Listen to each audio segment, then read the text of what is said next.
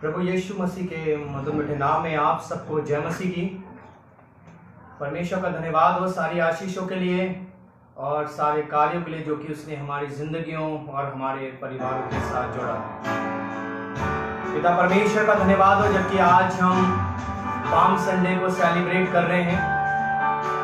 परमेश्वर के साथ उसकी योजनाएं और उसके प्रबंध हमारे लिए बहुत अनोखे हैं। आइए हम अपनी प्रार्थना को शुरू करेंगे और परमेश्वर को धन्यवाद देंगे आज के समय के लिए जो कि उसने हमारी जिंदगी हमारे परिवारों के साथ जोड़ा है। एक पाम संडे जो कि हम सब इसको सेलिब्रेट कर रहे हैं और आज चर्च में नहीं है लेकिन उसकी आराधना के लिए हम यहाँ पर इकट्ठा हैं। परमेश्वर को धन्यवाद दें, उसकी महिमा करें और उसकी स्तुति उसकी प्रशंसा करें। आइए हम अपने हाथों को जोड़ें, अपनी आंखों को बंद करें, हम प्रार्थना करें।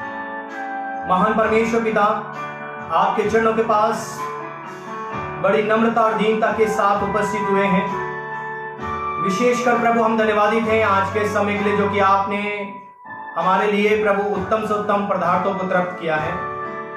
हम धन्यवादित हैं प्रभु जबकि हम एक ऐसे सेलिब्रेशन में उपस्थित हुए हैं जो कि प्रभु आपकी यादगारी और आपकी उस नम्रता और आपके उद्धार और आपके एक योजनाओं को हमारे लिए पूरा करते हैं। धन्यवादित हैं प्रभु इस बात के लिए भी कि आज हम पाम संडे को सेलिब्रेट कर रहे हैं। ये पाम संडे हम सब के लिए आशीषित हो, फलवंत हो।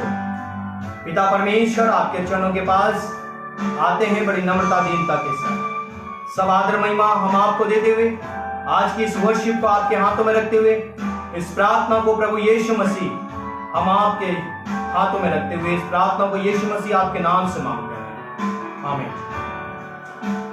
मेरे साथ परमेश्वर के वचन से आप निकालिएगा मत्ती रचित सुसमाचार और उसका 21वां अध्याय और उसके 1 पद से लेकर उसके 17वें पद तक मैं आपके लिए पढ़ूंगा। बाइबल खोल लीजिए आप। मत्ती रचित सुसमाचार उसका 21वां अध्याय और उसके 1 पद से लेकर उसके 17वां पद तक। और यहां पर इस प्रकार से लिखा हैगा, जब यरूशलेम के निकट पहुंचे। यहां पर यीशु मसीह और उनके चेलों का जिक्र है और जैतून पहाड़ पर बैतफगे के पास आए तो यीशु ने 2 चेलों को यह कहकर भेजा, सामने के गांव में जाओ और वहां पहुंचते ही एक गदही बंधी हुई और उसके साथ बच्चा तुम्हें मिलेगा, उन्हें खोलकर मेरे पास ले आओ। यदि तुमसे कोई कुछ कहे तो कहना कि प्रभु को इसका प्रयोजन है, तब वह तुरंत उन्हें भेज देगा। यह इसलिए हुआ कि जो वचन भविष्यद्वक्ता के द्वारा कहा गया था वह पूरा हो। सिय्योन की बेटी से कहो, देख तेरा राजा तेरे पास आता है, वह नम्र है और गधे पर बैठा है और लादू के बच्चे पर। और चेलों ने जाकर जैसा यीशु ने उनसे कहा था वैसा ही किया और गधी और बच्चे को लाकर उन पर अपने कपड़े डाले और वह उन पर बैठ गया। तब बहुत से लोगों ने अपने कपड़े मार्ग में बिछाए और अन्य लोगों ने पेड़ों से डालियां काटकर मार्ग में बिछाई। जो भीड़ आगे जाती थी और पीछे चली आती थी पुकार पुकार कर कहती थी, दाऊद के संतान को होशन्ना, धन्य वे जो प्रभु के नाम से आता है, आकाश में होशन्ना। जब उसने यरूशलेम में प्रवेश किया तो सारे नगर में हलचल मच गई और लोग कहने लगे, यह कौन है? लोगों ने कहा, यह गलील के नासरत का भविष्यद्वक्ता यीशु है। यीशु ने परमेश्वर के मंदिर में जाकर सबको जो मंदिर में लेन देन कर रहे थे निकाल दिया और सर्राफों के पीढ़े और कबूतर बेचने वालों की चौकियां उलट दी और उनसे कहा, लिखा है मेरा घर प्रार्थना का घर कहलाएगा, परंतु तुम उसे डाकुओं की खो बनाते हो। तब अंधे और लंगड़े मंदिर में उसके पास आए और उसने उन्हें चंगा किया। परंतु जब प्रधान याजकों और शास्त्रियों ने इन अद्भुत कामों को जो उसने किए और लड़कों को मंदिर में दाऊद की संतान को होशन्ना पुकारते हुए देखा तो वे क्रोधित हुए और उससे कहने लगे, क्या तू सुनता है ये क्या कहते हैं? यीशु ने उनसे कहा, हाँ, क्या तुमने ये नहीं पढ़ा, बालकों और दूध पीते बच्चों के मुंह से तूने अपार स्तुति कराई। तब वह उन्हें छोड़कर नगर के बाहर बैतनिया को गया और वहां रात बिताई। ये प्रभु यीशु ख्रीस्त का सुसमाचार है। हे प्रभु यीशु ख्रीस्त, आपकी स्तुति हो। परमेश्वर को धन्यवाद हो आज के समय के लिए, खासकर पाम संडे, खजूर का इतवार हम लोग सेलिब्रेट कर रहे हैं। और ये खजूर का इतवार पूरा संसार इसको मना रहा है। जहां कहीं भी आज चर्च तो नहीं खुले होंगे, लेकिन घर में बैठकर हम उसकी आराधना, स्तुति, महिमा और प्रशंसा को कर रहे हैं। ये खजूरों का इतवार जो हमारे लिए बड़ा इंपॉर्टेंट है, बड़ा महत्वपूर्ण है। इसलिए इंपॉर्टेंट है कि इस समय में यीशु मसीह यरूशलेम मंदिर में प्रवेश उन्होंने किया। और ये यरूशलेम में प्रवेश करने का पहला तरीका नहीं है। पहली बार यीशु मसीह यरूशलेम मंदिर में प्रवेश कर रहे हैं या यरूशलेम में पहली बार प्रवेश नहीं कर रहे हैं। कई बार उन्होंने यरूशलेम में प्रवेश किया। जब भी हम देखते हैं प्रभु यीशु मसीह के बारे में, कई बार वो मंदिर में आए, फसह के पर्व में आए, और ट्रेडिशन के हिसाब से, यीशु मसीह परंपरा के हिसाब से हमेशा यरूशलेम मंदिर में हुआ करते थे मेरे अजीजों। और यहां पर मत्ती रचित सुसमाचार उसका 21वां अध्याय और उसके 1 पद से लेकर उसके 17वें पद तक यहां पर प्रभु यीशु मसीह के उस यरूशलेम में प्रवेश करने का एक मुख्य कारण बताया गया है। आज एक अनोखी बात घट रही है, आज एक अनोखा कार्य हो रहा है, आज एक अनोखी चीज यहां पर हो रही है जो कभी 3.5 साल की मिनिस्ट्री में यीशु मसीह के साथ नहीं हुई, ना ही 33 साल की सेवा में यीशु मसीह के साथ हुई, जो अब हो रही है।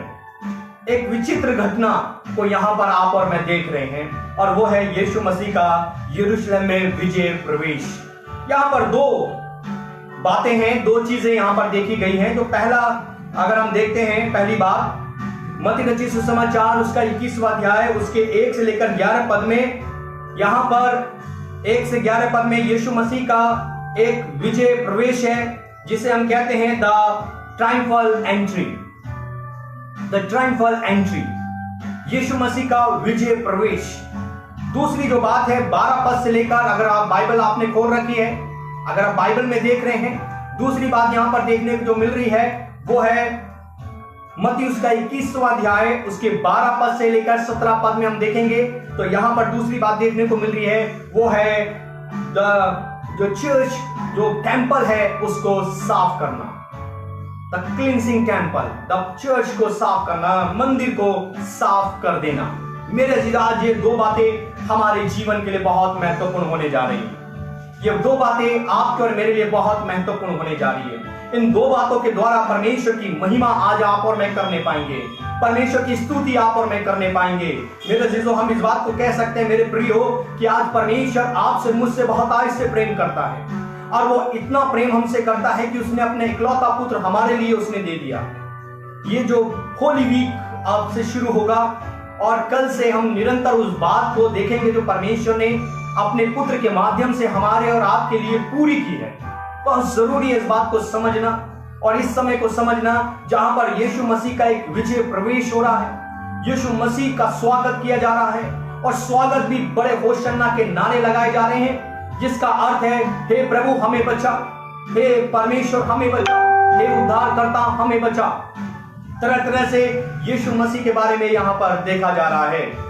मेरे प्रियो, आज की सुबह परमेश्वर आपसे मुझसे बातचीत करना चाहते हैं। आज की सुबह परमेश्वर हमारी जिंदगियों को बदलना चाहते हैं। आज की सुबह परमेश्वर हमारी जिंदगियों को आशीष में करना चाहते हैं, इसलिए क्योंकि उसका विजय प्रवेश आज भी हमारी जिंदगियों में विद्यमान है। इस मंदिर में, जैसा परमेश्वर के वचन में लिखा, तुम्हारी देह पवित्र आत्मा का मंदिर है और परमेश्वर का आत्मा तुम्हारे अंदर निवास करता है। आज हम व्याकुल हैं चर्च के लिए, आज हम उत्साहित हैं चर्च के लिए कि चर्च नहीं खुल रहा है। और ऐसे लोग जो शायद कभी चर्च नहीं जाते, ऐसे लोग जो कभी शायद चर्च की तरफ नहीं देखते या त्योहार की तरफ वो जाते हैं, आज वो उत्साहित है इस चीज के लिए कि वो चर्च जाएं। ये धन्यवाद का विषय हम सबके लिए।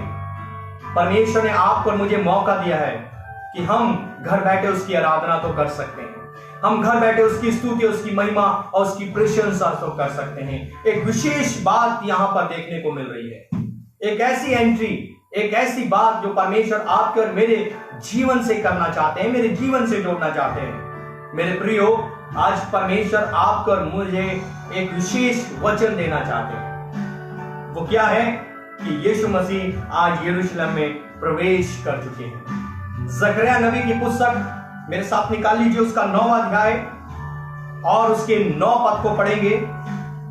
जकरिया नबी की पुस्तक ओल्ड टेस्टामेंट में है, उसका 9वां अध्याय और उसके 9 पद में यहां पर लिखा हैगा, हे सियोन बहुत ही मगन हो, हे यरूशलेम जय जयकार कर। और आज हम जय जयकार कर रहे हैं। आज यरूशलेम नगर परमेश्वर की आराधना कर रहा है, उसका वेलकम कर रहा है, उनका स्वागत कर रहा है। और यहां पर लिखा है, क्योंकि तेरा राजा तेरे पास आएगा, वह धर्मी और उद्धार पाया हुआ है, वह दीन है और गधे पर वरन गधी के बच्चे के ऊपर चढ़ा आएगा। जकरिया नबी ने यह भविष्यवाणी करी एक राजा के रूप में।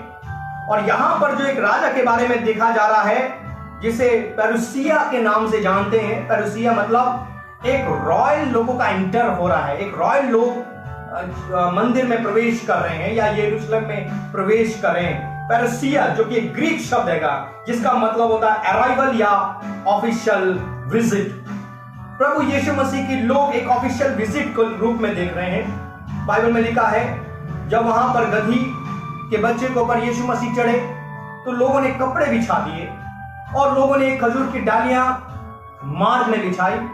और एक ऐसा कारण देखने को मिल रहा है जहां पर हम देखते हैं किस प्रकार से परमेश्वर आपके और मेरे जीवन में भी एक राजा के रूप में वो आना चाहते हैं। और यहां पर जकरिया नबी की पुस्तक उसका 9वें अध्याय इसके 9 पद से हम देखते हैं, लिखा हैगा, वह धर्मी है, वह उद्धार पाया हुआ है और वो दीन है। ये 3 बातें एक राजा के रूप में हैं। लेकिन यरूशलेम के ये लोग उस राजा को देख रहे थे जो हमें रोमियों से छुटकारा देगा। आज आपके मेरे जीवन में मेरे प्रियो, हम ऐसे ही यीशु मसीह को देखते हैं। यीशु मसीह आपको मुझे चंगाई देगा, यीशु मसीह मुझे आपको फलवंत करेगा, यीशु मसीह मुझे और आपको आशीष में करेगा, यीशु मसीह मुझे और आपको नौकरी देगा, यीशु मसीह मुझे और आपको संतान देगा। हम इस रूप में यीशु मसीह को देख रहे हैं और देखते चले आ रहे हैं। लेकिन यहां पर एक राजा है और वो राजा का जब स्वागत किया जा रहा है और वो राजा आपके और मेरे लिए बड़ा आशीष में है। 3 बातें उस राजा के अंदर जो क्वालिटी जकरिया नबी ने बताई है। पहली क्वालिटी है वो धर्मी है, दूसरी क्वालिटी वो उद्धार पाया हुआ है, तीसरी क्वालिटी क्या है, वह नम्र है। मेरे अजीजों, अगर आपके और मेरे जीवन में इन 3 क्वालिटी हमारे जीवन में नहीं है तो यीशु मसीह को आपको और मैं राजा मान नहीं सकते। चाहे हम कितना उसका वेलकम कर लें, चाहे हम कितना उनका स्वागत कर लें, चाहे हम कितने भी अच्छे से चर्च को डेकोरेट कर लें, चाहे हम कितनी खजूर की डालियों से स्वागत कर लें, लेकिन अगर ये 3 चीजें आपके और मेरे जीवन में नहीं है तो यीशु मसीह को हम राजा मान नहीं सकते। हम उस भीड़ के समान हो जाएंगे जो अभी वेलकम कर रही थी और अभी 3 दिन के बाद यीशु मसीह को कह रहे थे कि इसको क्रूस पर चढ़ाओ, इसको क्रूस पर चढ़ाओ। ये वही भीड़ आप और मैं बन जाएंगे अगर यीशु मसीह के जीवन को आप मैं एक्सेप्ट नहीं करते, आप और मैं ग्रहण नहीं करते। हमारा यहां पर पाम संडे मनाना बेकार हो जाएगा। हमारे यहां पर पाम संडे खजूर की डालियां लाना और चर्च को डेकोरेट करना व्यर्थ हो जाएगा अगर ये 3 बातें जो जकरिया नबी ने उसके 9वें अध्याय के 9वें पद में लिखा है, वह धर्मी है, उद्धार पाया हुआ है। लोग नहीं जान रहे थे इस चीज को, लोग इस बात को नहीं मान रहे थे कि वो धर्मी है, वो लोग नहीं जान रहे थे कि वो दीन है। मेरे जीवो, मेरे प्रियो, आज हम देखते हैं एक राजा किस में आता है। राजा का वर्णन करते हैं, वो घोड़े पे आता है, वो रथ पे आता है, और आज की बात करें, हम बड़े बड़े मिनिस्टर की बात करें, बड़े बड़े लोगों की बात करें, वो बड़ी बड़ी महंगी महंगी गाड़ियों में आते हैं, उनके पास फोर्स होती है, उनके शैडो होते हैं, बाउंसर उनके साथ होते हैं, है ना, वो राजा हो जाता है। आज हम ऐसे राजा के बारे में बात नहीं कर रहे हैं, बल्कि एक ऐसे राजा के बारे में जिसके पास कोई बाउंसर नहीं है, जिसके पास कोई घोड़ा नहीं है, जिसके पास कोई रथ नहीं है, जिसके पास कोई आदमी नहीं। और एक समय ऐसा आएगा, ये वो राजा है जिसको उसके चेले भी छोड़कर चले जाएंगे और आप मैं भी छोड़कर चले जाएंगे। परमेश्वर ने आप और मुझे यहां पर इसलिए रखा है कि हम एक ऐसे राजा का स्वागत करें, एक ऐसे किंग का स्वागत करें, एक ट्रायम्फल एंट्री हम उस बात को कह सकते हैं जब प्रभु यीशु मसीह के जीवन से आप और मैं सीख सके। वो नम्र है। पहली बात, हम्बलनेस। जकरिया नबी की पुस्तक में क्या लिखा है? एक नम्र है, वो बड़ा दीन है। लोग नहीं सोच रहे थे एक राजा तो घमंडी होना चाहिए, एक राजा तो प्राउडी होना चाहिए, एक राजा को तो अपने अपने अपने प्रजा पर घमंड होना चाहिए, लेकिन वहां पर क्या लिखा है?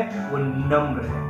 फर्स्ट थिंग, अगर आपके और मेरे जीवन में नम्रता नहीं है तो प्रभु यीशु मसीह को आप और मैं एक्सेप्ट नहीं कर सकते। अगर आपके और मेरे जीवन में प्रभु यीशु मसीह की नम्रता नहीं है, बाइबल में क्या लिखा? मत्ती रचित सुसमाचार और उसके 5वें अध्याय में हम पढ़ते हैं, लिखा है नम्र लोग पृथ्वी के अधिकारी होंगे। जो नम्रता है वो एक पृथ्वी के अधिकारीपन के बारे में बात बताती है। और प्रभु यीशु मसीह एक ऐसे गधे पर बैठे हैं जिसकी कोई वैल्यू नहीं है, आप और मुझे सिखाना चाहते हैं प्रभु यीशु। लोग नहीं जान रहे थे, लोग नहीं समझ रहे थे, लोग नहीं पहचान पा रहे थे कि ये कौन है भाई, ये कैसा राजा है। लेकिन मेरे प्रियो, मेरे प्यारे भाइयों बहनों, यहां पर प्रभु यीशु मसीह क्या कह रहे हैं? वो नम्र है। नम्रता हमारे जीवन में होनी बहुत अनिवार्य है। अगर नम्रता आपके और मेरे जीवन में नहीं है तो आप और मैं कुछ नहीं कर सकते। आइए परमेश्वर के वचन में लूका रचित सुसमाचार और उसका 14वां अध्याय मेरे साथ निकाल लीजिएगा। लूका रचित सुसमाचार और उसका 14वां अध्याय। यहां पर बहुत ही सुंदर बात देखने को मिलती है। लूका 14 उसके 11वें पद में लिखा है, क्योंकि जो अपने आप को बड़ा बनाएगा, ध्यान से सुनिएगा, आज की सुबह परमेश्वर आप और मुझे इन 3 बातों से परिपूर्ण करना चाहता है। पहली चीज नम्रता, दूसरी चीज धार्मिकता और तीसरी चीज जो परमेश्वर आपके और मेरे जीवन में डालना चाहते हैं वो है उद्धार प्राप्त करना। नम्रता हमारे जीवन में पहली जो क्वालिटी थी यीशु मसीह के अंदर, जब वो उस यरूशलेम में प्रवेश किया, उनके अंदर नम्रता थी।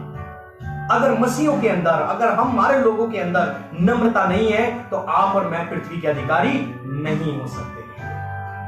अगर लोगों के अंदर नम्रता नहीं है, दीनता नहीं है, चाहे कितना भी पैसा हमारे पास क्यों ना हो मेरे प्रियो, चाहे कितनी भी दौलत हमारे पास क्यों ना मेरे प्रियो, चाहे कितने भी बुद्धिमान क्यों ना हो आप और मैं, चाहे बहुत सी लैंग्वेज आप और मैं जानते हैं, चाहे बहुत सी भाषाएं आप और मैं जानते हैं, चाहे एक अच्छी पोस्ट पर परमेश्वर ने आपको मुझे क्यों ना रखा हो, लेकिन नम्रता आपके और मेरे अंदर नहीं है तो आप और मैं उस यीशु राजा को एक्सेप्ट नहीं कर सकते।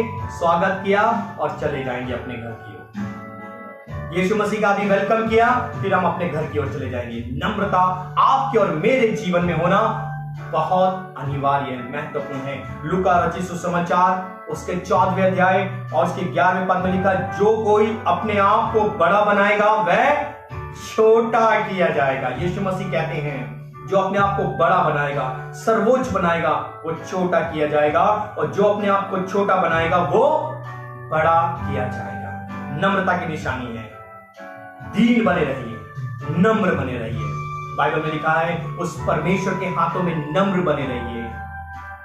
दाऊद एक राजा था लेकिन नम्र बना रहा। मूसा एक लीडर था लेकिन नम्र बना रहा। यहोशू एक लीडर था लेकिन नम्र बना रहा, और परमेश्वर ने उनको उठाया। आप और मैं घमंड न करें। वो यीशु मसीह जो गधे के ऊपर बैठा है, वो यीशु मसीह जिसका स्वागत किया जा रहा है, लोग उसके पीछे हैं, लोग होशन्ना के नारे लगा रहे हैं, लोग कह रहे हैं प्रभु यीशु मसीह हमें बचा, लेकिन आज वो क्या है? नम्र है। जकरिया की पुस्तक में साफ कह दिया गया वो नम्र है, दीन है, हम्बल है, मीक है। उसका जीवन आपके और मेरे लिए बहुतायत से है, क्योंकि बाइबल में क्या लिखा है, जैसे प्रभु यीशु मसीह का चाल चलन था वैसा हमारा चाल चलन भी बने। उसके चाल चलन में नम्रता थी। आज हम किसी बात पर घमंड न करें। इस कोरोना वायरस ने सबका घमंड दूर कर दिया। एक छोटा सा वायरस ने सबका घमंड दूर कर दिया। बड़े बड़े साइंस पर हम भरोसा करते थे, बड़े बड़े मेडिकल साइंस पर आप और मैं भरोसा करते थे, बड़ी बड़ी मशीनरियों पर आप और मैं भरोसा करते थे, बड़ी बड़ी बुद्धिमानता पर आप और मैं भरोसा करते थे, बड़ी बड़ी कंट्रीज पर आप और मैं भरोसा करते थे। लेकिन अगर नम्रता आपके मेरे जीवन में नहीं है तो यहां पर सब कुछ बेकार हो जाएगा। बहुत जरूरी है आज विशेषकर परमेश्वर आपको मुझे आज की सुबह बताना चाहते हैं, नम्रता हमारे धन ने लिखा है, जो बड़ा किया जाएगा, जो छोटा बनाएगा वो बड़ा किया जाएगा। इसलिए छोटे बने रहिए, परमेश्वर के हाथों में नम्र बने रहिए, इसलिए परमेश्वर आपको मुझे सर्वोच्च बनाएगा। ये एक राजा का गुण है। ये एक वो राजा है जिसका स्वागत आज किया जा रहा है। ये वो राजा है जिसके लिए लोग होशन्ना के नारे लगा रहे हैं। ये वो राजा है जो नम्र है। राजा नम्र नहीं होता है, राजा घमंडी होता है। लीडर्स नम्र नहीं होते, घमंडी होते हैं। और जिन लीडर्स के अंदर नम्रता है वो आशीष में होते हैं, फलवंत होते हैं, उनकी प्रजा भी आशीष में होती है। इसलिए यीशु मसीह नम्र थे तो हम लोग भी क्या हैं, आशीष में हैं। हालेलुया, प्रभु की स्तुति हो। दूसरी बात यहां पर लिखा है, अगर हम परमेश्वर के वचन में पढ़ेंगे, फिलिपियों उसका 2 अध्याय उसके 8 पद को पढ़ेंगे। फिलिपियों उसका 2 अध्याय और उसके 8 पद में एक नम्रता की निशानी परमेश्वर आपको मुझे बताना चाहते हैं। लिखा है, और मनुष्य के रूप में प्रकट होकर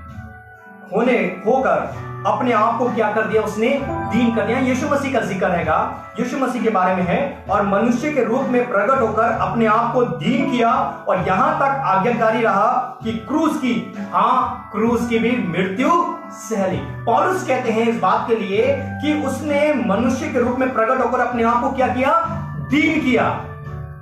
इसलिए आपको मुझे भी दीन बनना है, नम्र बनना है। और नम्रता के साथ हमें चलना पड़ेगा अगर आशीष में होना है, अगर फलवंत होना है, अगर बीमारी, कमजोरी, तकलीफों, परेशानियों से अपने आप को बचाना है।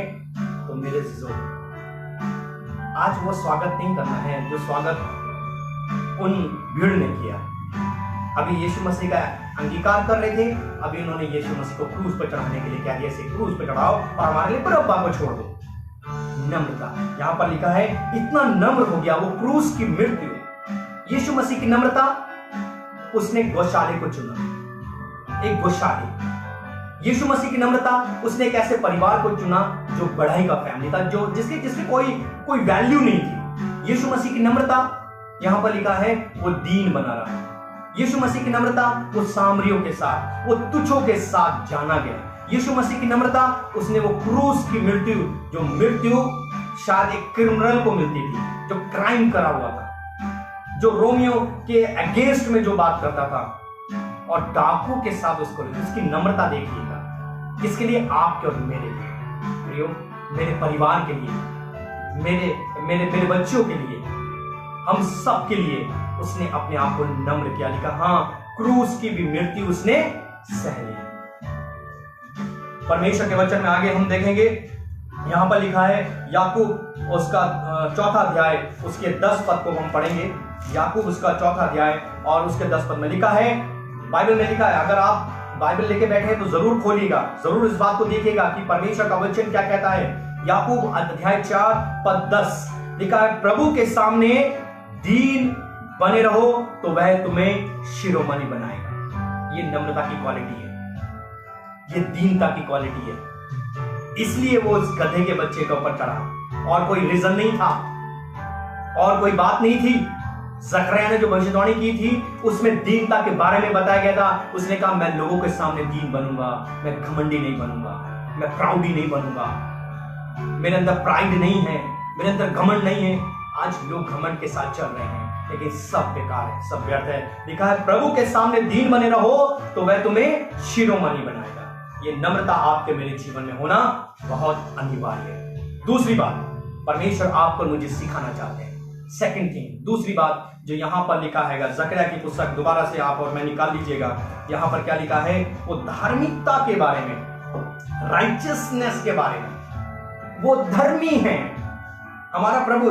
अगर हम देखेंगे, चलिए परमेश्वर के वचन से खोलेंगे तो बहुत ही सुंदर बात देखने को यहां पर मिलती है कि वो धार्मिकता के बाद जकरिया 9 उसके 9 पद में लिखा है, क्योंकि तेरा राजा तेरे पास आएगा। आज आपके मेरे पास वो राजा आ रहा है जो नम्र है, जो दीन है, और यहां पर लिखा है वह धर्मी और उद्धार पाया हुआ है। सेकंड क्वालिटी उस यीशु मसीह के अंदर, उन राजा के अंदर क्या थी, वो धर्मी था, राइचियस, जस्ट, एक राइचियसनेस, धार्मिकता।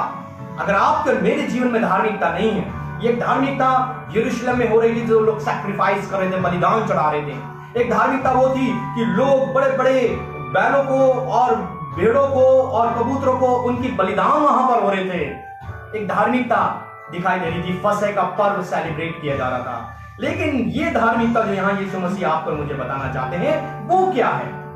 बाइबल में लिखा है, हमारे धर्म के काम सारे मैले और चितड़ों के समान, राइट?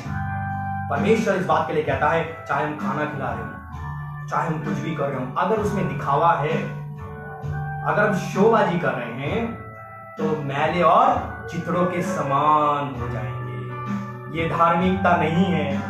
हमने उस राजा का स्वागत कर रहे हैं जो धर्मी है, राइचियसनेस, राइचियस पर्सन, एक जस्ट आदमी, हम उसका स्वागत कर रहे हैं जो प्रभु यीशु मसीह के अंदर क्वालिटी है।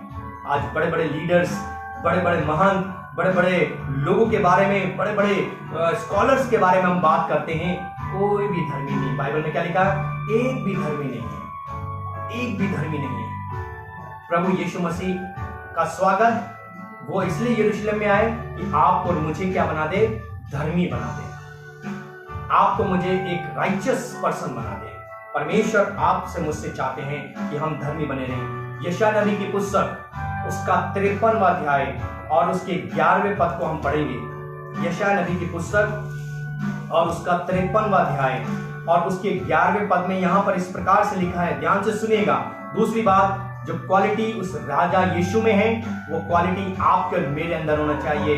दूसरी क्वालिटी उस यीशु के अंदर है जो जकरिया नबी ने कहा था, उसके अंदर थी धर्मी। वो एक धर्मी है, एक राइचियस पर्सन है, इसलिए उसका स्वागत हो रहा है, इसलिए उनका स्वागत हो रहा है, इसलिए यीशु मसीह का स्वागत आज यरूशलेम में हो रहा है, क्योंकि वो धर्मी पुरुष हैगा।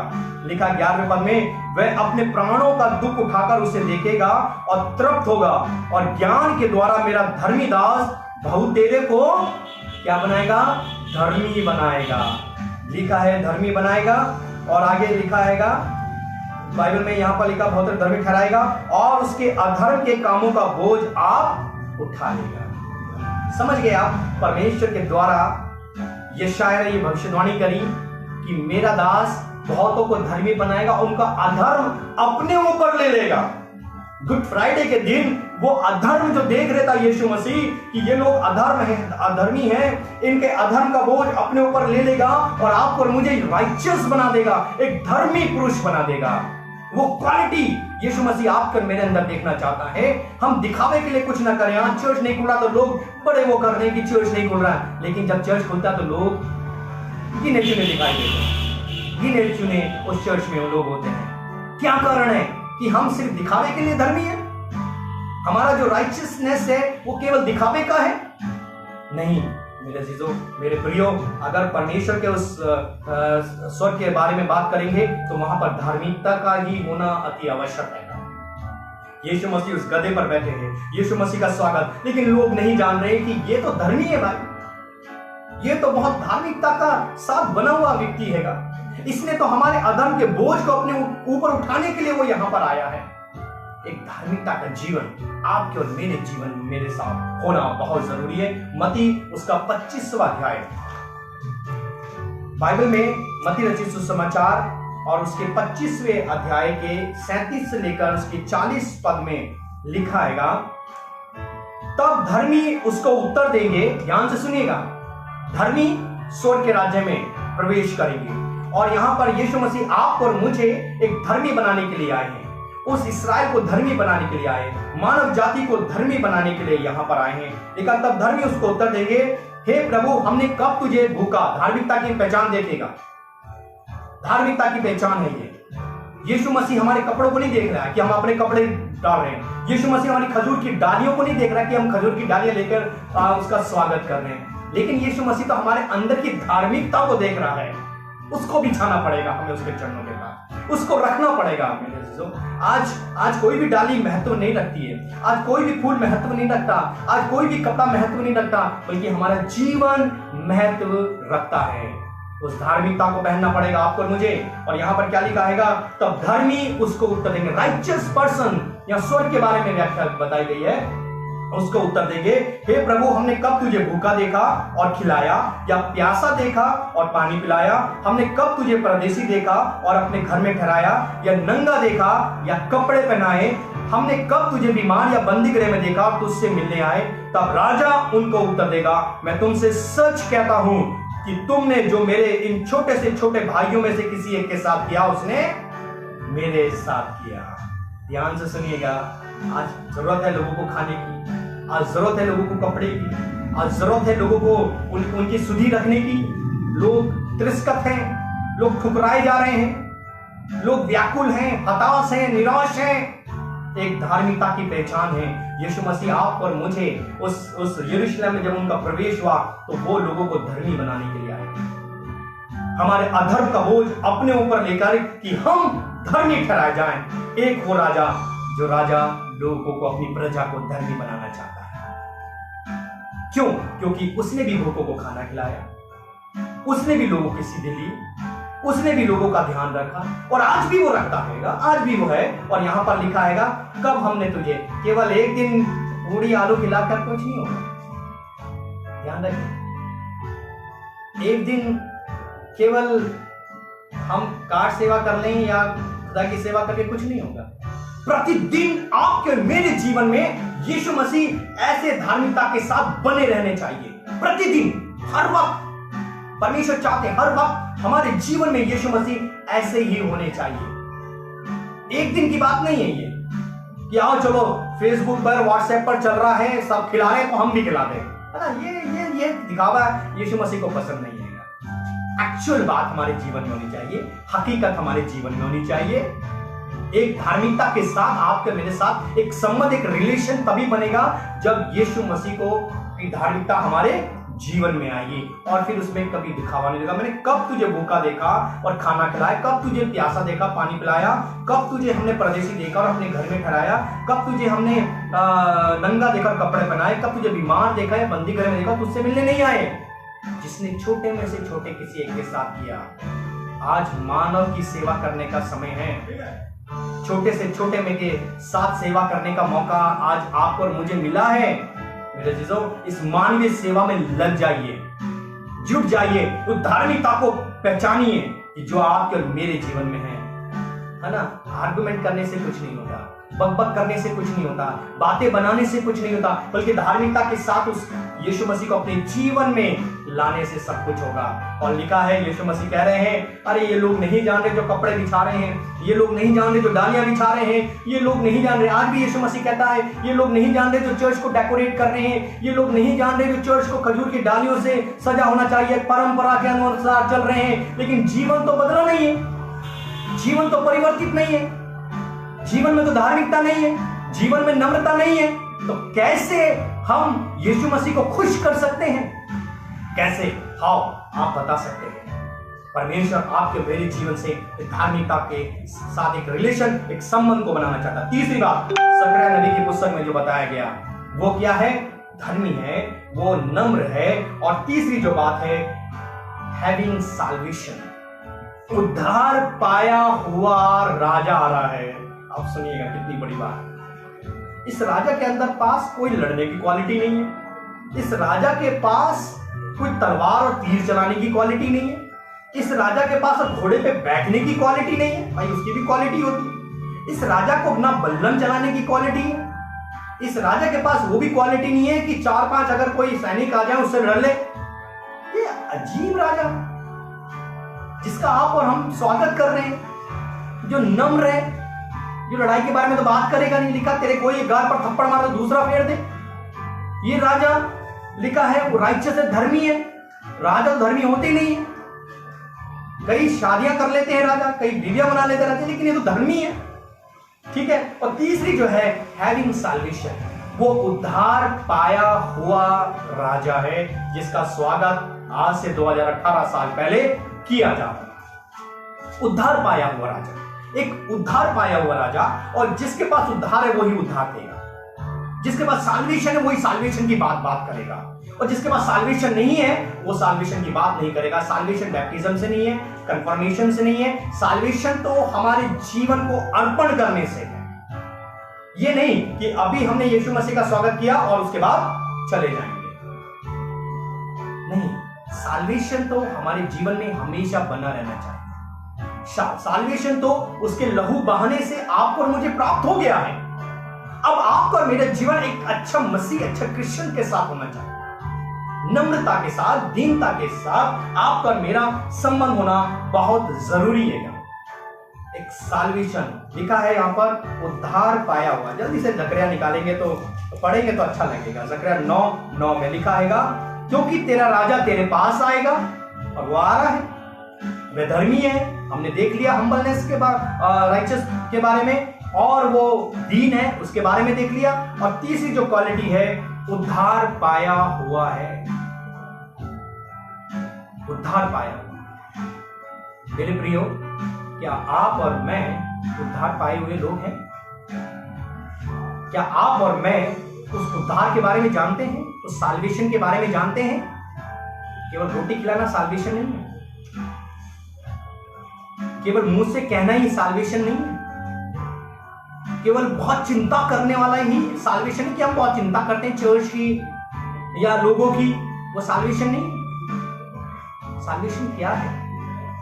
एक ऐसा राजा, प्रभु यीशु मसीह इन लोगों को बता रहे हैं, मैं उद्धार प्राप्त किया हुआ व्यक्ति हूं। साल्वेशन मेरे द्वारा है। लिखा है, मार्ग, सत्य और जीवन मैं ही हूं। बिना मेरे द्वारा कोई पिता के पास नहीं पहुंच सकता।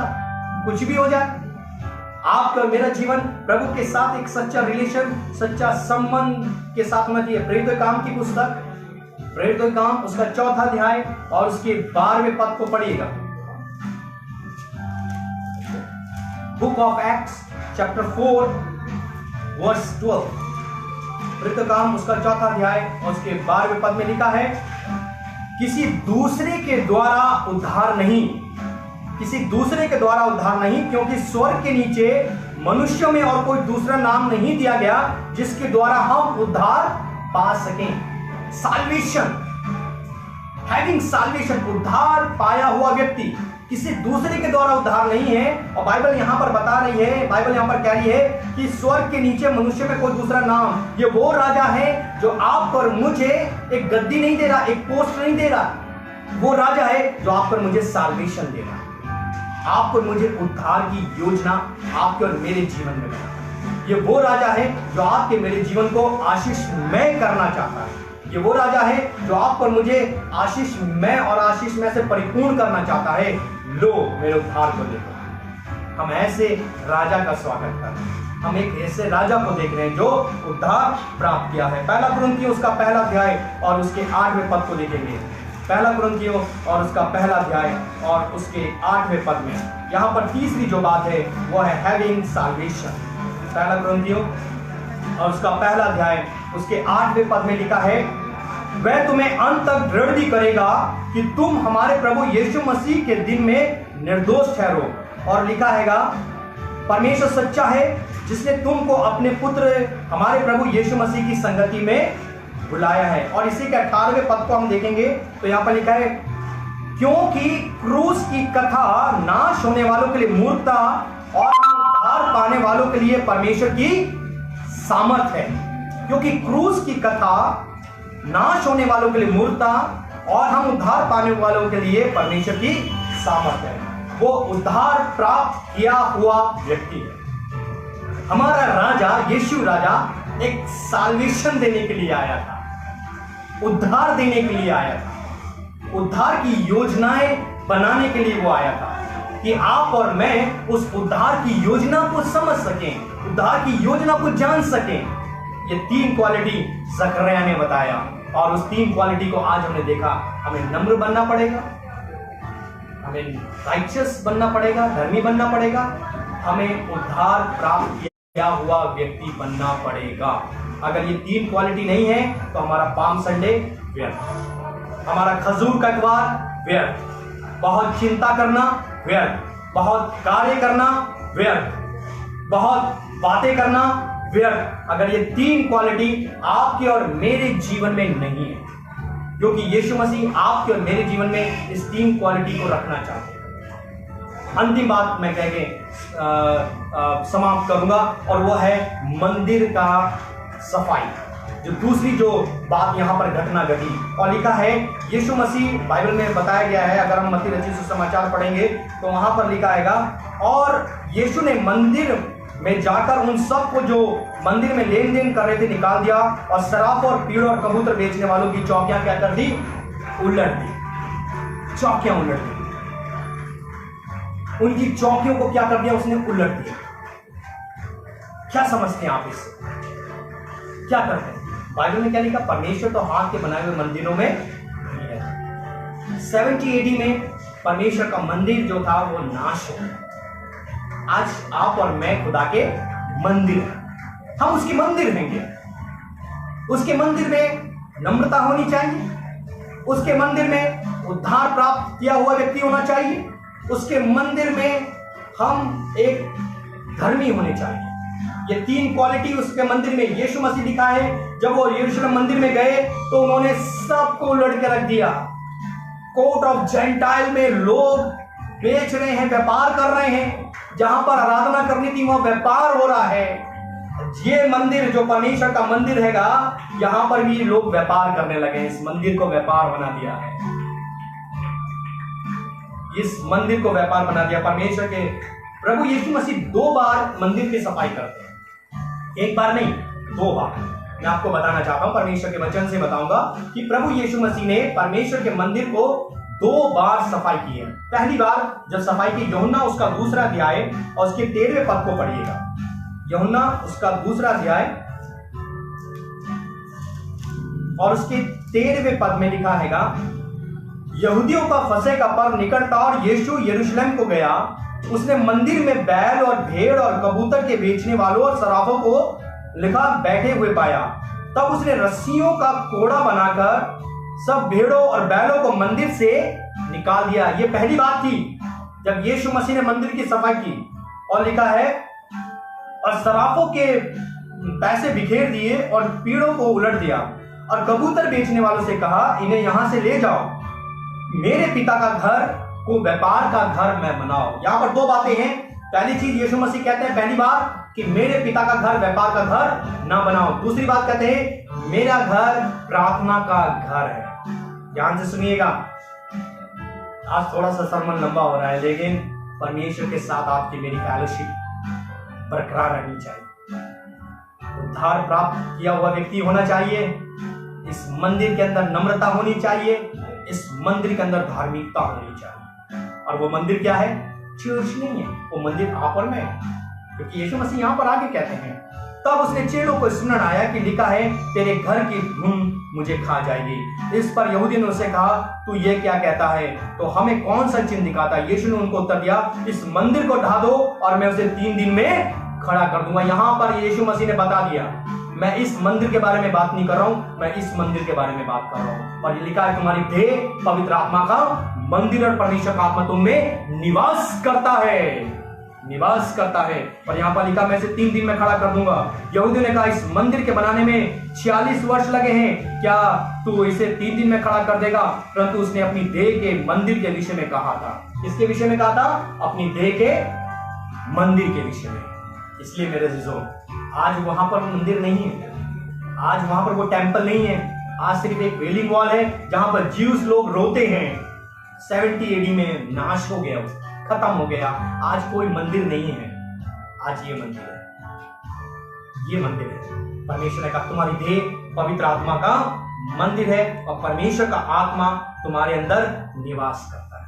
तो 2 बार यीशु मसीह ने इसकी सफाई करी। पहला कहा, इस मंदिर को व्यापार का घर नहीं बनाना, इस मंदिर को प्रार्थना का घर बनाना। प्रेयर का घर बनाना है। शराब, बीड़ी, सिगरेट, गुटखा, गाली, व्यभिचार, बुरी बुरी बातें, बुरी बुरी चीजें इस अंदर से निकलती है जो मनुष्य को क्या कर रही है? अशुद्ध कर रही है। इसलिए ये अशुद्धता के कारण इस मंदिर को नाश मत कीजिए, इस देह को नाश मत कीजिए। हम बड़ा church church church church church के बारे में बात करते हैं। ये चर्च तो संभाल लीजिए, पहले ये चर्च तो समझ जाए। जब ये चर्च संभलेगा तभी वो ईंट और गारे का चर्च संभलेगा। पहले ये चर्च संभालना बहुत जरूरी हैगा। इस चर्च को संभालना बहुत जरूरी हैगा। ये चर्च नहीं संभलेगा, क्या करेंगे हम? बेकार हो जाएंगे हम लोग। यीशु मसीह ने सफाई कर दी, कहीं ऐसा ना हो कि हमारी और आपकी भी यीशु मसीह सफाई करना शुरू कर दे। सफाई हो रही है, ध्यान रखिएगा, सफाई हो रही है। मैं ज्यादा बात नहीं करूंगा, लेकिन हकीकत है सफाई हो रही है। यीशु मसीह सफाई कर रहे हैं। आपकी और मेरी सफाई होगी, जरूर होगी, अगर इस मंदिर के अंदर धार्मिकता नहीं है, अगर इस मंदिर के अंदर परमेश्वर का निवास स्थान नहीं है, अगर इस मंदिर के अंदर नम्रता नहीं है, अगर इस मंदिर के अंदर परमेश्वर की उपस्थिति नहीं है, अगर इस मंदिर के अंदर उद्धार नहीं है, तो ये बेकार हो जाएगा। पहला कुरिन्थियों उसका 6 अध्याय 19 पद जल्दी से पढ़िएगा। अगर आप निकाल लेते हैं तो बहुत अच्छी बात है, और पढ़िएगा, वहीं पढ़िएगा, अपनी जगह पर बैठकर पढ़िए तो अच्छा लगेगा। पहला कुरिन्थियों 6 अध्याय उसके 9 पद में क्या लिखा है? क्या तुम नहीं जानते कि अन्यायी लोग परमेश्वर के राज्य में वारिस ना होंगे? ठीक है, क्या तुम नहीं जानते कि अन्यायी लोग परमेश्वर के राज्य में वारिस नहीं होंगे?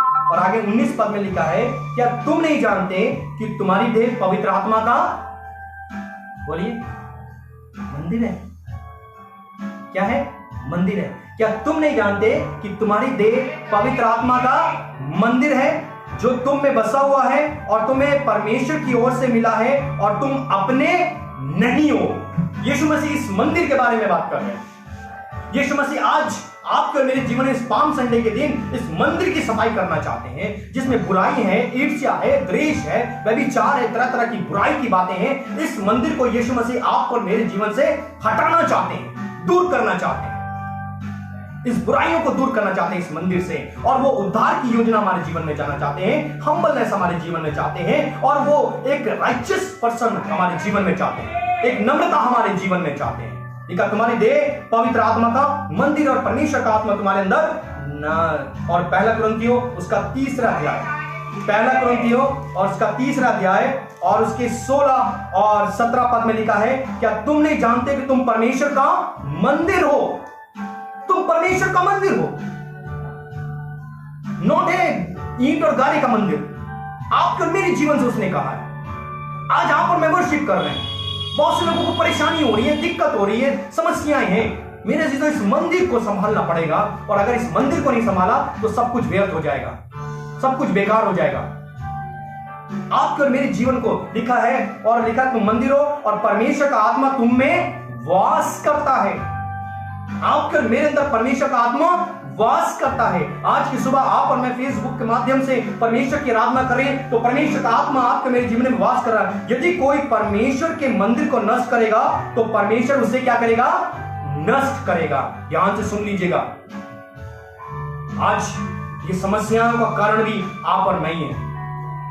लिखा है बाइबल में, अगर जो इस मंदिर को नष्ट करेगा परमेश्वर से नष्ट करेगा, क्योंकि परमेश्वर का मंदिर पवित्र है और वो तुम हो। शराब पीना, गुटखा खाना, बीड़ी पीना, नफरत, ईर्ष्या, द्वेष, वैरभाव, लड़ाई झगड़े, व्यभिचार, इस मंदिर को हमने नष्ट कर रहे हैं हम। और हम करते हैं चर्च की बात, हम करते हैं बाइबल की बात, हम करते हैं प्रार्थना की दुआओं की बात। ऐसी धार्मिकता को यीशु मसीह पसंद नहीं करता। दिखावे के लिए धार्मिकता नहीं होनी चाहिए। ये धार्मिकता आज से 2018 साल पहले उन लोगों ने भी करी। अपने कपड़े बिछा रहे थे, धार्मिकता दिखा रहे थे, खजूर की डालियां बिछा रहे, धार्मिकता दिखा रहे थे, लेकिन ये धार्मिकता नहीं चाहता। इस मंदिर को नष्ट मत कीजिए मेरे अजीजों, आपसे रिक्वेस्ट है, प्रार्थना है, इस मंदिर को नाश मत कीजिएगा। बुराइयों से इस मंदिर को नाश मत कीजिएगा।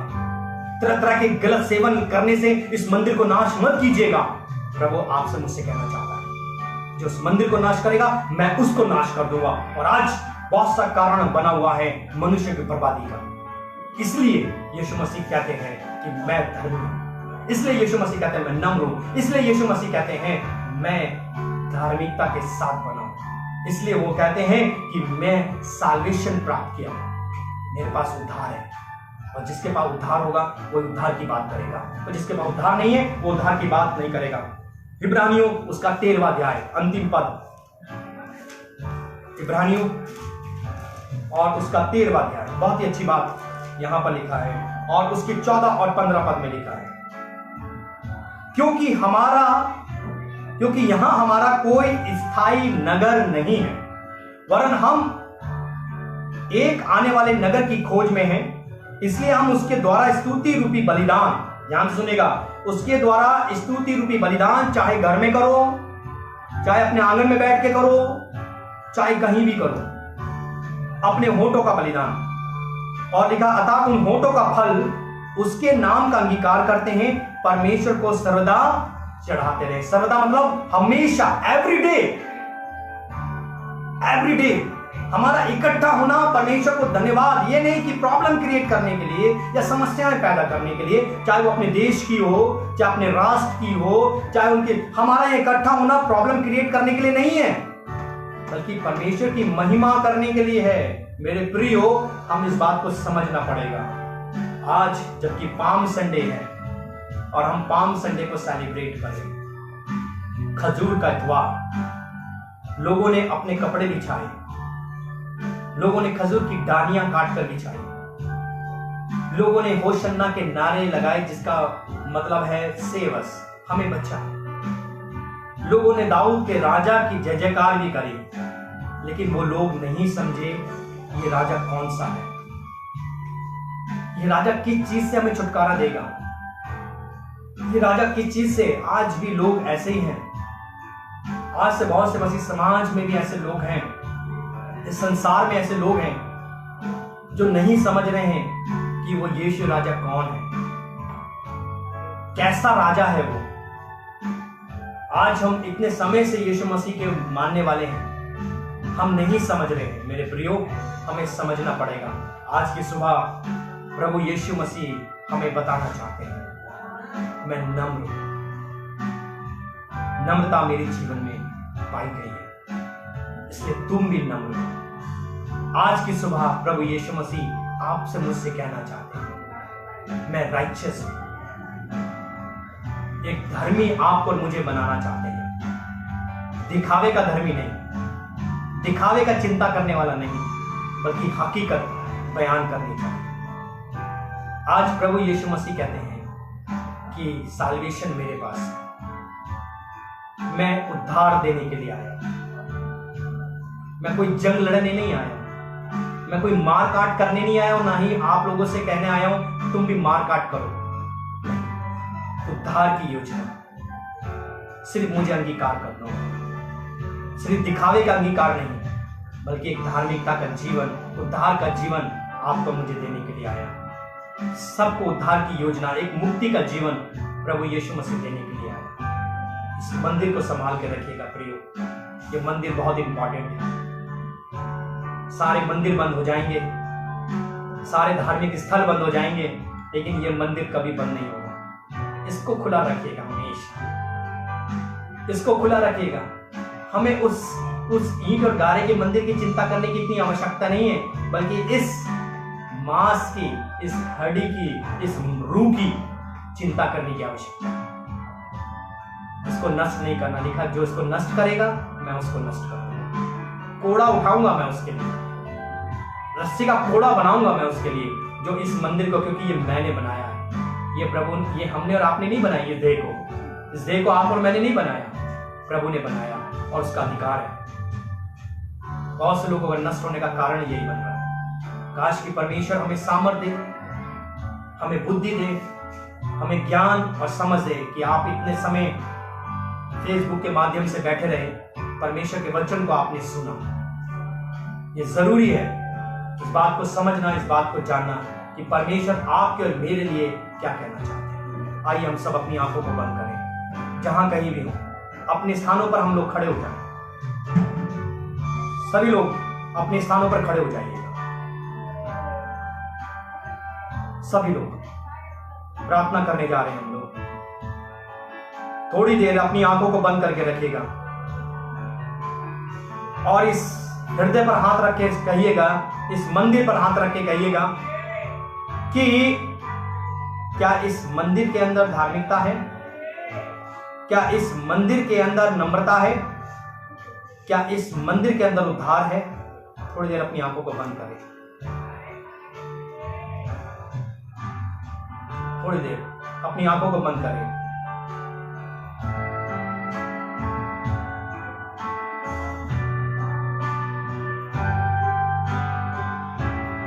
थोड़ी देर आंखों को बंद करें। जब ये गाना चल रहा है हमारे साथ, सब कुछ मैं देता हूं प्रभु,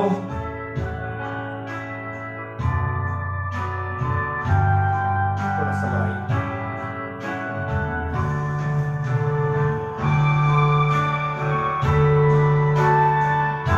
अपनी आंखों को बंद करके रखिएगा सभी लोग, क्योंकि हमारा विश्वास है प्रभु आप और मुझे एक सच्चा खजूर का द्वार के रूप में रखना चाहता है, एक सच्चे पाम संडे के रूप में रखना चाहता है।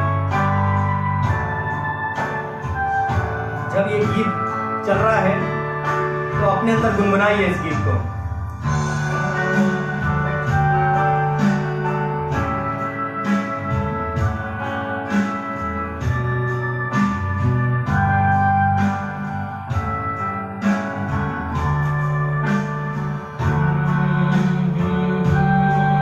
लोग अपनी आंखों को बंद करके रखें बड़े विश्वास के साथ।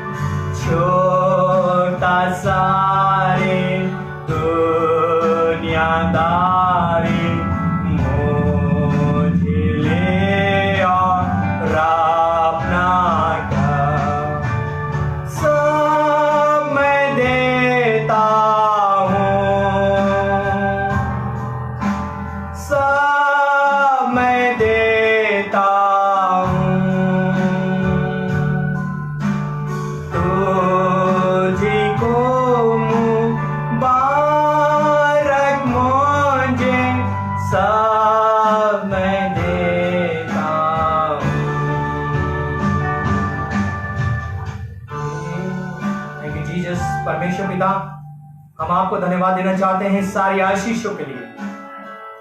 सब कुछ हम देते हैं प्रभु। अब तक हमने बहुत पाम संडे सेलिब्रेट किए, हकीकत नहीं जानते थे प्रभु यीशु आप कौन से राजा हैं। घमंडी राजा हैं, लड़ाई करने वाले राजा हैं, लेकिन ऐसा तो यहां पर नहीं है प्रभु यीशु। आप तो एक नम्र राजा हैं, आप तो एक राइचियस राजा हैं, एक धर्मी राजा हैं, और आप तो साल्वेशन प्राप्त किए हुए राजा हैं, उद्धार देने वाले राजा हैं। प्रभु आपका धन्यवाद करते हैं। इस मंदिर के अंदर ये तीनों चीजें विराजमान करें। आप छोड़ते हैं सारी दुनियादारी को, छोड़ते हैं सारी चीजों को। इसी समय प्रभु हर एक प्रॉब्लम्स, हर एक परेशानी यीशु मसीह आपके नाम से दूर हो जाए प्रभु। जो भी बीमार है, कमजोर है, तकलीफों में है, यीशु मसीह आपके लहू में हम उनको चाहते हैं वो चंगाई प्राप्त करें प्रभु यीशु। हम प्रार्थना करते हैं पिता परमेश्वर आपसे बड़े विशेष रूप से, खासकर इस देश के में कोरोना से ग्रसित लोगों के लिए, कोरोना वायरस के लिए प्रभु यीशु नेस्तनाबूद कर दे प्रभु, दूर कर दे यीशु। आपके लहू का छिड़काव हमारे देश और पूरे संसार के ऊपर। जो लोग त्रासदी से ग्रसित हैं, इस महामारी से ग्रसित हैं प्रभु उनको चंगाई दे। जो डॉक्टर्स नर्सेस इलाज में लगे हुए हैं, जो हॉस्पिटल्स ने अपने आप को डेडिकेट किया है, प्रभु उनको भी सामर्थ्य से बचा के रखें, प्रभु उनकी सुधि रखें। हर एक पुलिस फोर्स के लिए हम प्रार्थना करते हैं, जो ड्यूटी कर रही है रात दिन, प्रभु लोगों को सिखा रही हैं कि घर से बाहर न निकलें, प्रभु आप उनकी सहायता करें। जो लोग खाने की सेवकाई या बहुत से लोग राशन दे रहे हैं या और सेवकाई में लगे हुए, आप उनको भी सामर्थ्य दे प्रभु यीशु। जैसा वचन में लिखा है, जैसा वचन में लिखा है, मैं नंगा था तुमने मुझे कपड़ा पहनाया, मैं भूखा था तुमने मुझे खाना खिलाया, मैं प्यासा था तुमने मुझे पानी पिलाया। जिसने छोटे में से छोटे किसी एक के साथ किया, उसने मेरे साथ किया। प्रभु आप उनको भी आशीष में करें। हमारे प्रधानमंत्री, राष्ट्रपति और तमाम राज्यों के मुख्यमंत्रियों के लिए हम प्रार्थना करते हैं, प्रभु आप उनको सामर्थ बुद्धि दें कि इस बीमारी से लड़ने की सामर्थ उनको दें। तमाम मंत्री परिषदों के लिए हम प्रार्थना करते हैं, सारे लीडर्स के लिए, IAS PCS के लिए, ऑफिसर्स लोगों के लिए, प्रभु जो अधिकारी हैं, किसी चीज पर अधिकार रखते हैं, उनको भी सामर्थ्य दे प्रभु कि इस महामारी से वो लड़ सके। लोगों को सामर्थ्य दे प्रभु, एक डर का भय का जीवन हटाकर प्रभु आशीष का जीवन दे। सब आदर महिमा आपको देते हुए इस प्रार्थना को प्रभु यीशु मसीह हम आपके नाम से आमीन। प्रभु आप सबको आशीषित करें, फलवंत करें और आज के वचन से आप सबको आशीष प्राप्त हो। और हम रोज कल से शाम को होली वीक शुरू हो गया है, शाम को 6 बजे लाइव रहेंगे। तो आपसे मेरी रिक्वेस्ट है कि 6 बजे कल अंजीर के वृक्ष का सूखना, हम इस पर विचार करेंगे। उस अंजीर के पेड़ के से हम अपने आप को देखेंगे कि किस प्रकार से वो अंजीर का पेड़ हमारे जीवन को दर्शाता है। तो कल एक विशेष दिन हैगा, तो आप जरूर से उसमें रहिएगा। शाम को 6 बजे हम लाइव रहेंगे। प्रभु आपको बहुतायत से आशीषित करें। Thank you. जय मसीह।